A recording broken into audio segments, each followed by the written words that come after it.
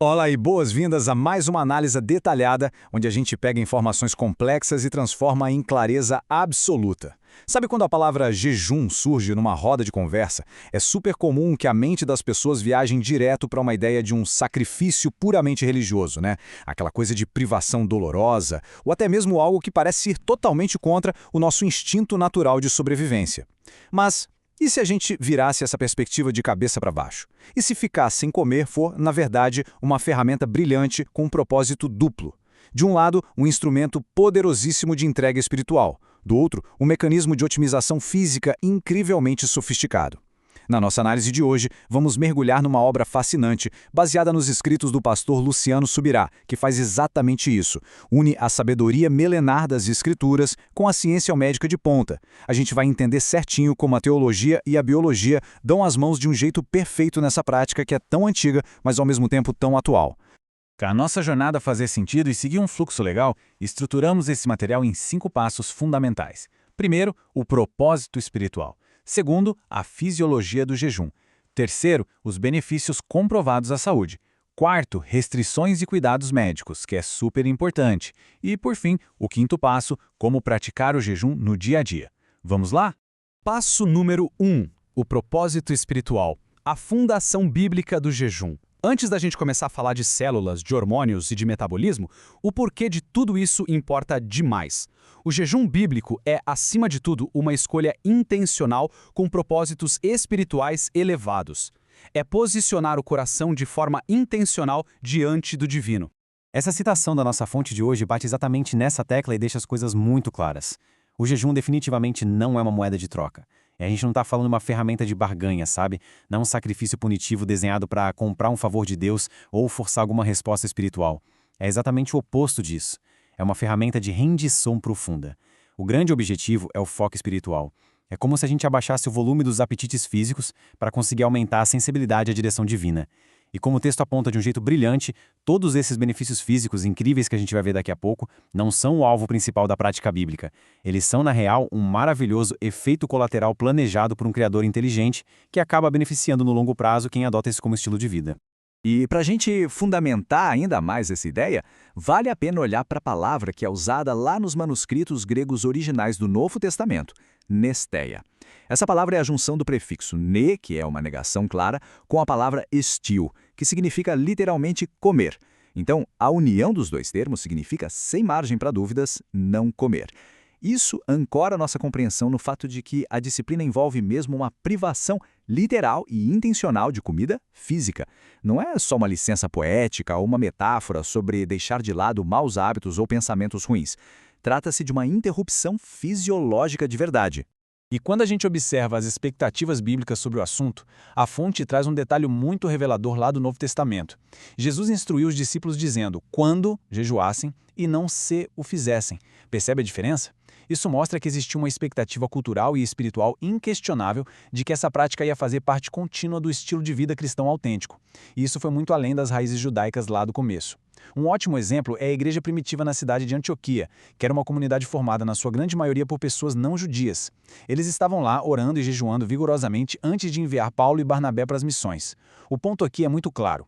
Por mais que seja uma disciplina de escolha totalmente pessoal, sem uma regra legalista ditando o formato exato, a prática sempre foi algo esperado e definitivamente não ficou presa só aos tempos da antiga aliança. E assim a gente entra na parte 2, a fisiologia do jejum.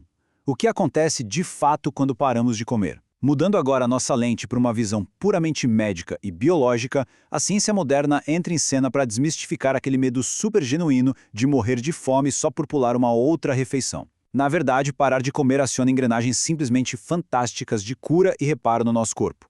E olha, essa percepção médica não é uma grande novidade do nosso século, não. Hipócrates, que é reverenciado no mundo todo como o pai da medicina moderna, viveu muitos séculos antes de Cristo e já prescrevia a abstenção de comida como um tratamento médico sério. Ele dizia que comer quando se está doente é, no fim das contas, alimentar a própria doença. E de onde ele tirou isso? Observando a natureza. Os animais, por puro instinto, e até a gente mesmo, perdemos completamente a fome quando pegamos uma infecção mais forte. É um instinto universal do corpo, focando na cura. Em vez de gastar uma energia absurda fazendo o trabalho complexo da digestão, o nosso organismo, que é muito sábio, redireciona toda essa energia para o sistema imunológico e para restaurar os tecidos. O que nos leva direto para um dos conceitos mais deslumbrantes da biologia molecular de hoje, a autofagia. Só para dar a dimensão da importância disso, em 2016, um cientista japonês chamado Yoshinori Ohsumi ganhou o Prêmio Nobel de Medicina justamente por mapear como esse mecanismo funciona de forma tão brilhante. Funciona assim. Sem receber aquela energia constante da comida que vem de fora, o corpo é inteligente demais para simplesmente entrar em colapso. O que ele faz? Ele começa uma verdadeira faxina interna pesada. O sistema passa a caçar, desmontar e reciclar ativamente aquelas células velhas, proteínas defeituosas, vírus, bactérias e toxinas para conseguir gerar energia vital. Literalmente traduzindo do grego, é o corpo comendo a si mesmo, mas fazendo isso de um jeito maravilhoso, que purifica e protege a gente contra o envelhecimento precoce. É espetacular. Agora, para acessar e tirar o máximo proveito desse estado regenerativo, a gente precisa entender uma distinção médica vital. O nosso corpo reage de jeitos muito diferentes dependendo do que entra ou do que deixa de entrar nele. Basicamente, temos dois caminhos principais aqui. O jejum fisiológico, que é aquele clássico, 0 calorias por mais de 12 horas, permitindo só água, café preto e chá sem adoçante.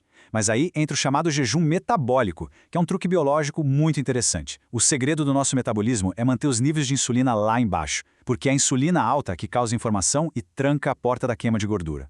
No jejum puramente metabólico, é liberado consumir gorduras isoladas. Sabe aquele famoso café com óleo de coco ou manteiga? A explicação biológica para isso é que a gordura pura não dá absolutamente nenhum pico de insulina. Ou seja, você até quebra o jejum fisiológico, mas aquele estado precioso de queimar gordura pelo metabolismo continua lá, firme e forte, funcionando a todo vapor. E para a gente entender o tamanho dessa engenharia humana, vale muito a pena dar uma olhada nessa linha do tempo biológica montada pelo Dr. Jason Fung, que é nefrologista. Olha que incrível. No primeiro estágio, ali entre 6 a 24 horas sem comer, a insulina despenca e o fígado começa a usar a glicose que ele deixou guardada de reserva, que a gente chama de glicogênio. Passando de 1 a 2 dias, se a comida não vier, entra em cena a gliconelogênese. É o próprio fígado fabricando glicose nova, do zero, usando outros elementos, só para alimentar áreas específicas do cérebro. Entre o primeiro e o terceiro dia, acontece a mágica que todo mundo fala, a cetose. O corpo desapega do açúcar e começa a quebrar aquela gordura estocada, transformando tudo em corpos cetônicos, que é um combustível premium para o organismo. E se a abstenção passar da marca impressionante de 5 dias, a gente entra na fase de conservação de proteínas. E aqui cai um mito gigante, tá? O corpo não começa a devorar os próprios músculos como se diziam antigamente. Na verdade, rola uma explosão nos níveis de hormônio do crescimento humano, que cria um verdadeiro escudo para proteger a massa magra, mantendo o corpo funcionando só na base da queima da gordura velha e com uma ajudinha da adrenalina. É uma máquina perfeita. Bom, chegamos na parte 3. Benefícios comprovados à saúde. O impacto sistêmico do jejum. Sabendo agora que o nosso corpo não entra em desespero, mas sim num modo de altíssima eficiência, vamos dar uma olhada nos benefícios para o corpo todo. E quem documenta muito bem isso nas pesquisas médicas é o Dr. Joseph Mercola. A mudança na parte hormonal e metabólica é inegável. Dar esse descanso para o sistema digestivo faz o nível de açúcar no sangue estabilizar completamente. Isso melhora de forma absurda aquele quadro perigoso de resistência à insulina, que é literalmente a porta de entrada para o diabetes tipo 2. E tem um detalhe aqui que vai totalmente contra o senso comum. Quando feito da forma certa, esse processo, na verdade, acelera o nosso metabolismo por causa da liberação constante de noradrenalina. Então esquece aquela história de que o corpo entra em modo de inanição e o metabolismo trava. Não é assim que funciona. Além disso, rola um ajuste fino em hormônios importantes como a leptina. O resultado, aquela fome desesperadora acaba diminuindo muito depois dos primeiros dias de adaptação. O corpo é forçado a usar e queimar de verdade o excesso de gordura estocada, de um jeito bem natural e sem aquele sofrimento de viver com fome. Agora, descendo mais fundo, lá no nível das nossas células, os benefícios são de cair o queixo.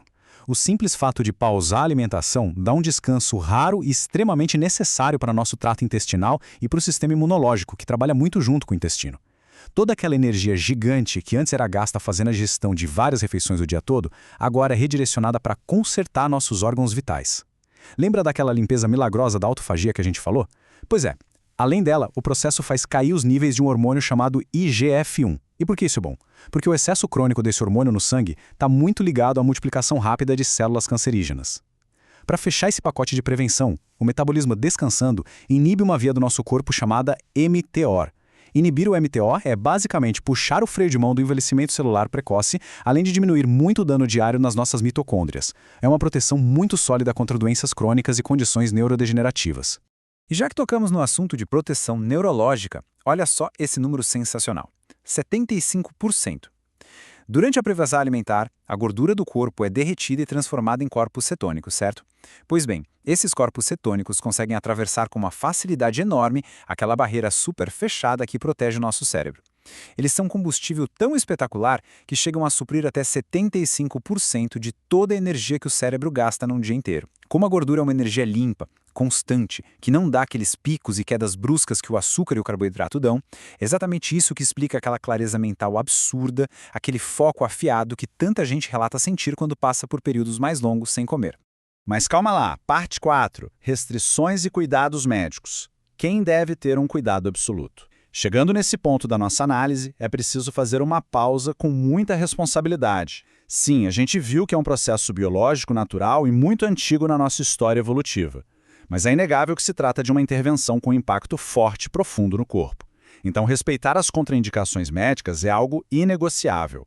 Com base em revisões muito sérias da medicina, existem quadros clínicos que exigem supervisão imediata ou que simplesmente não combinam com essa prática de jeito nenhum. Por exemplo, indivíduos diabéticos que tomam medicações fortes ou usam insulina sintética, tentar fazer isso sem o médico ajustar a dose dos remédios é pedir para ter um ataque de hipoglicemia super perigoso. Pessoas com problemas renais crônicos ou com níveis graves de fadiga adrenal precisam primeiro estabilizar a saúde antes de jogar mais esse estresse adaptativo no corpo. E a regra da prudência é claríssima. Mulheres grávidas, mães que estão amamentando, bebês, crianças pequenas em fase de crescimento, pessoas que já estão abaixo do peso ideal ou qualquer pessoa que lute com transtornos alimentares como anorexia devem ficar totalmente de fora dessa prática. Buscar otimizar a saúde sempre exige muita maturidade clínica e entender o próprio contexto.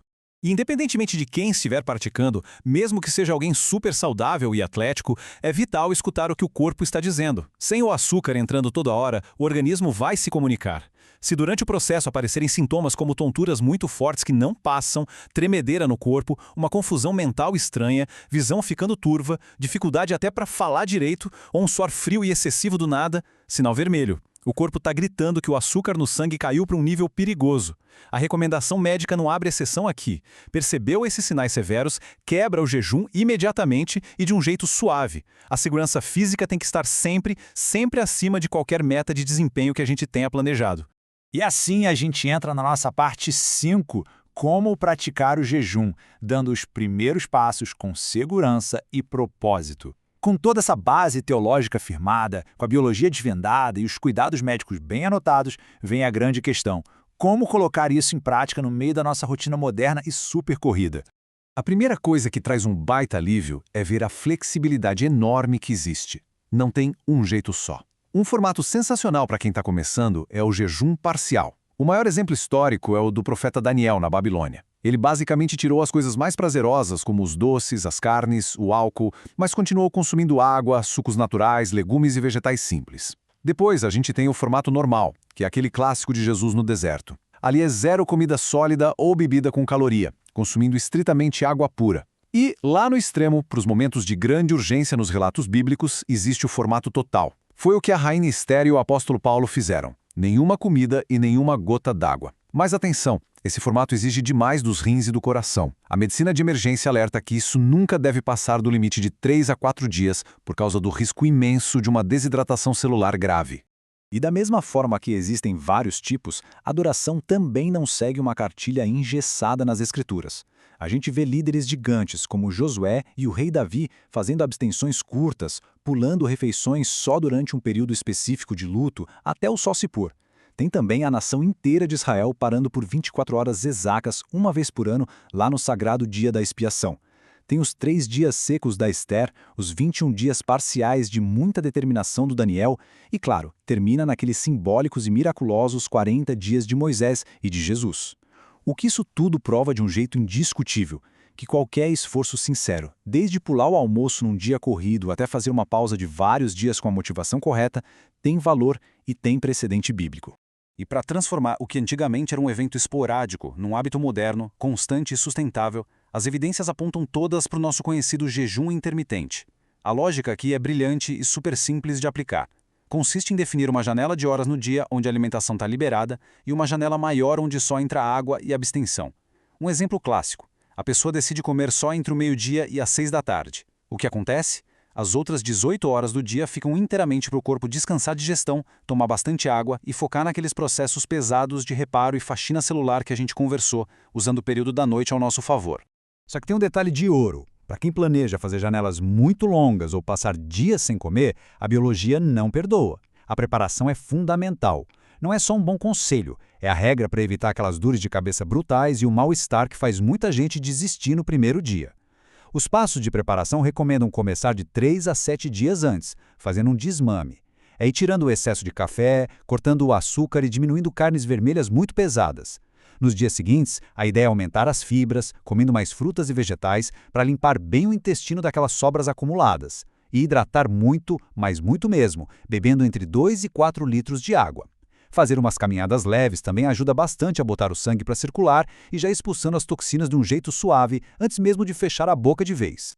Tudo que a gente explorou hoje sobre esses conceitos antigos acaba caindo nessa verdade que liberta e traz um alívio imenso. A regra é que não existem regras rígidas. Ao longo de toda a história, essa disciplina espiritual nunca foi desenhada para ser um manual frio, cheio de leis burocráticas, cobrando um comportamento robótico nos mínimos detalhes. O coração da mensagem que as Escrituras trazem para a gente fornece princípios maravilhosos, orientações luminosas baseadas numa motivação pura e pessoal. Entender isso quebra totalmente aquele peso legalista e a culpa que muita gente ainda carrega sobre como as coisas deveriam ser feitas. Cada jornada é única. E com isso, a gente vai encerrando essa travessia tão profunda. Hoje nós cruzamos os fundamentos espirituais antigos com as descobertas incríveis da biologia molecular e da ciência moderna. E ficou muito claro que abrir mão intencionalmente de uma refeição, colocar o estômago no modo silencioso por algumas horas, não é sobre sofrer, é na verdade acionar um presente formidável da natureza que muitos cientistas hoje chamam carinhosamente de nosso médico interior. É um estado de reparação perfeito, onde o corpo e o espírito trabalham juntos como aliados. Unindo a teologia com a biologia, a gente termina o estudo de hoje com uma provocação, sabendo de todo esse poder restaurador, de que forma prática e cautelosa seria possível integrar um pouco dessa ferramenta na rotina, ainda durante os dias super corridos dessa nossa semana. É algo que vale demais a pena refletir. Muito obrigado por acompanhar mais esta análise profunda, onde destrinchamos a fundo as informações desta obra tão rica. Até o nosso próximo encontro.